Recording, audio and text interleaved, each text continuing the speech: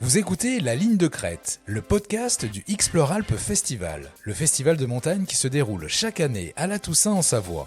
Réalisateurs, protagonistes, aventuriers, rencontrez celles et ceux qui font l'aventure. Et donc on est toujours en direct du Explore Alpes Festival. Thaïs, qui tu nous proposes de découvrir dans ce nouvel épisode ? Eh bien, je vous propose de découvrir Aurélie Gonin, réalisatrice du film Alpine Quest 2025. Exactement. Bonjour Aurélie. Bonjour. Comment ça enchantée. va Aurélie ? Mais très bien. C'est toujours un plaisir d'être à Bourg-Saint-Maurice, n'est-ce pas ? Tu as fait bonne route là, tu viens d'arriver. Oui. Enfin, j'ai des amis ici, j'ai vécu à Bourg, du coup, je suis arrivée hier soir. J'ai passé la soirée ici. Top, tu as la projection de ton film. Alors ce film, il parle de quoi ? Alpine Quest. Alors, Alpine Qu'est-ce que ça Quest, raconte, c'est une traversée des Alpes de Vienne à Monaco, donc qui s'est faite l'hiver dernier, de mars à mai à peu près, pendant 54 jours. Et c'est un projet qui a été initié par Loubna Frey, qui est championne du monde d'Ironman, donc qui est triathlète, et du coup qui s'est dit aujourd'hui, comme on ne peut plus traverser toutes les Alpes à ski, eh ben, on va faire un triathlon. Donc elles sont parties à vélo de Vienne. Ensuite, elles ont attaqué le ski. Donc l'essentiel, ça a quand même été ski de randonnée sur tous les glaciers entre Autriche, Suisse, Italie et France. Et puis elles ont fini en courant jusqu'à Monaco. Donc ça a été une belle aventure et que j'ai suivie pas à temps plein parce que sinon ça aurait été beaucoup plus long parce qu'il faut arriver à tenir le rythme pour faire toute cette traversée. Et du coup, moi je les ai rejointes sur certaines périodes, sur certaines étapes. Et puis le reste du temps, je leur avais confié des petites caméras. Et puis elles se sont filmées aussi. Et puis après, j'ai mixé tout ça pour raconter cette aventure.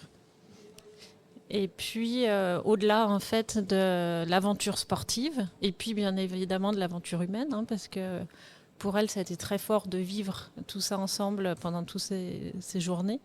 Elles ont été rejointes par des athlètes sur certaines étapes, donc ça a rajouté aussi à l'aventure humaine. Et puis aujourd'hui, malheureusement, quand on fait des sports d'hiver, on a du mal à ne pas être confronté aux effets du réchauffement climatique. Donc pour essayer de comprendre un petit peu ce qui se passait, il y a aussi une glaciologue et une hydrologue qui les ont rejointes et pour en fait expliquer les phénomènes qu'on observe quand on skie. Donc ça a été aussi, j'ai envie de dire, c'est une aventure à 3 volets. C'est sportif, c'est humain et puis on a essayé de faire que ce soit un peu scientifique aussi pour comprendre les phénomènes en cours.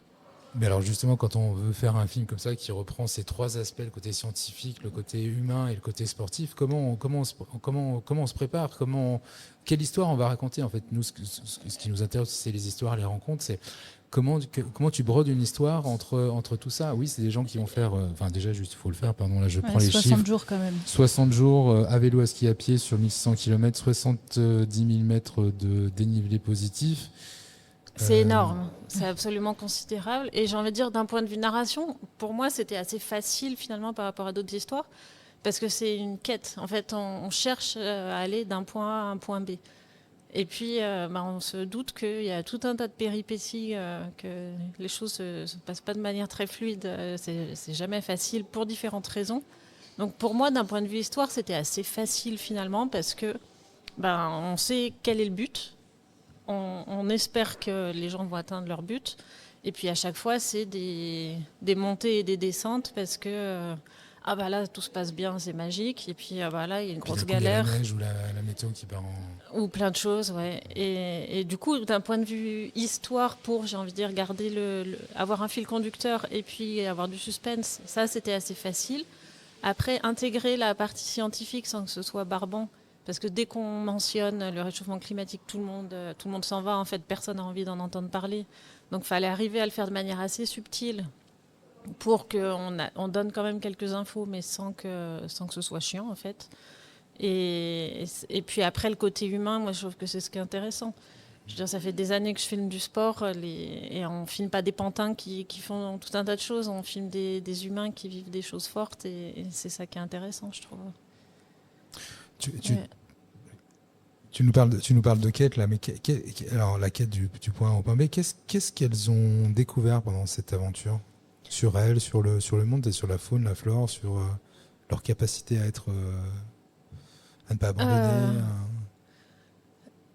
Beaucoup de choses, j'ai envie de dire, parce que On a quand des on questions fait pièges, des... Non, mais en fait, c'est pas une question piège, mais Enfin, pas piège, mais... quand on fait des Farfelu. sports d'endurance, par exemple, je pense que beaucoup de gens qui écoutent ce podcast font du ski de randonnée.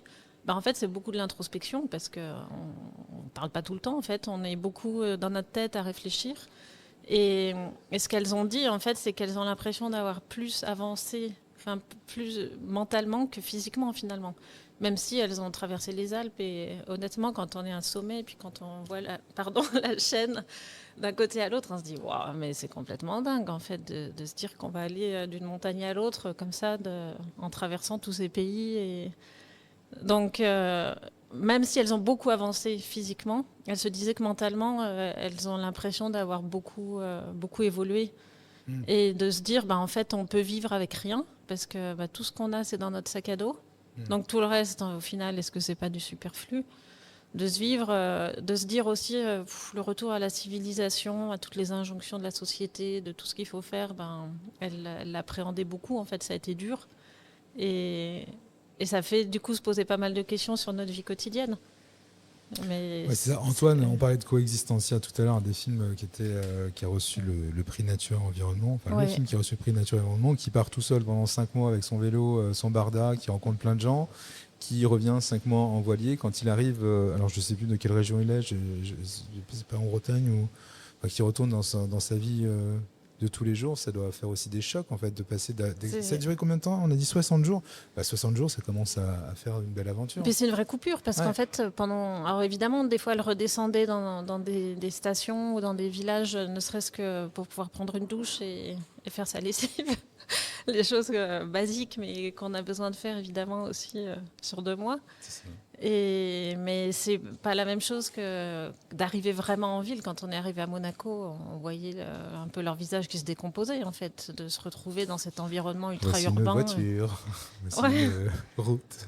Ouais, exactement. Non, mais c'est ça, et c'est toutes ces choses dont ça fait du bien. Un KFC ou un Quick, comme ça on n'a pas de problème avec la Voilà.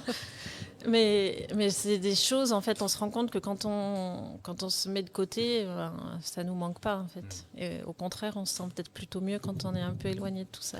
C'est ça, dans toutes ces aventures, il y a une quête de liberté un peu. Exactement, et ça c'est commun, j'ai envie de dire, à tous les aventuriers, peut-être même tous les sportifs, en tout cas les sportifs d'outdoor. Il y a vraiment cette dimension d'aller se confronter à l'environnement, à la nature, à soi-même aussi. Et je pense que c'est ce qui fait aussi que le public est nombreux pour venir voir ces films, parce que ça parle à tout le monde finalement. C'est ça, je crois que là, il y avait une séance qui était complètement full. Là, on a été obligé Enfin voilà, ça montre aussi qu'il y a un engouement de personnes de venir découvrir ce genre d'aventure. Nous, on a appris plein de trucs. On n'a pas vu beaucoup de films, mais par les discussions qu'on a eues avec toi, avec d'autres personnes, ça nous donne envie d'enfourcher notre vélo et de partir au bout du monde. Mais c'est ce qui est génial, et ce que je trouve assez spécial aussi, et vraiment que j'aime particulièrement dans ce festival, même par rapport à d'autres, c'est qu'ils ont une sélection très large. Et en fait, c'est vraiment très varié dans ce que les gens vont pouvoir voir. Et ils donnent la place aussi à tout type de production. Des gros budgets aux tout petits films. Et ça, c'est vraiment super ici. Et c'est pas le cas de tous les festivals. Où il ne faut pas se leurrer, il y en a beaucoup qui prennent avant tout les films des gens qui sponsorisent le festival. Donc ce qui biaise quand même pas mal la sélection. Alors qu'ici, c'est hyper vaste et tout public peut trouver du coup un sujet qui l'intéresse. C'est ton premier Explore ? Non, c'est pas mon premier. Et à l'époque, c'était le Winter Film Festival, j'avais été jury. Donc c'est un festival que je suis depuis longtemps. Et j'avais travaillé sur le Freeride World Tour, dont Thibaut a été un des skieurs. Donc ça fait un moment que je connais ce petit milieu. Mais c'est pas pour ça que j'apprécie particulièrement de venir, c'est que je trouve vraiment que c'est un festival un peu à part dans tous les festivals, et j'apprécie ça. Qu'est-ce que, pour conclure, on n'a pas parlé complètement de ton parcours.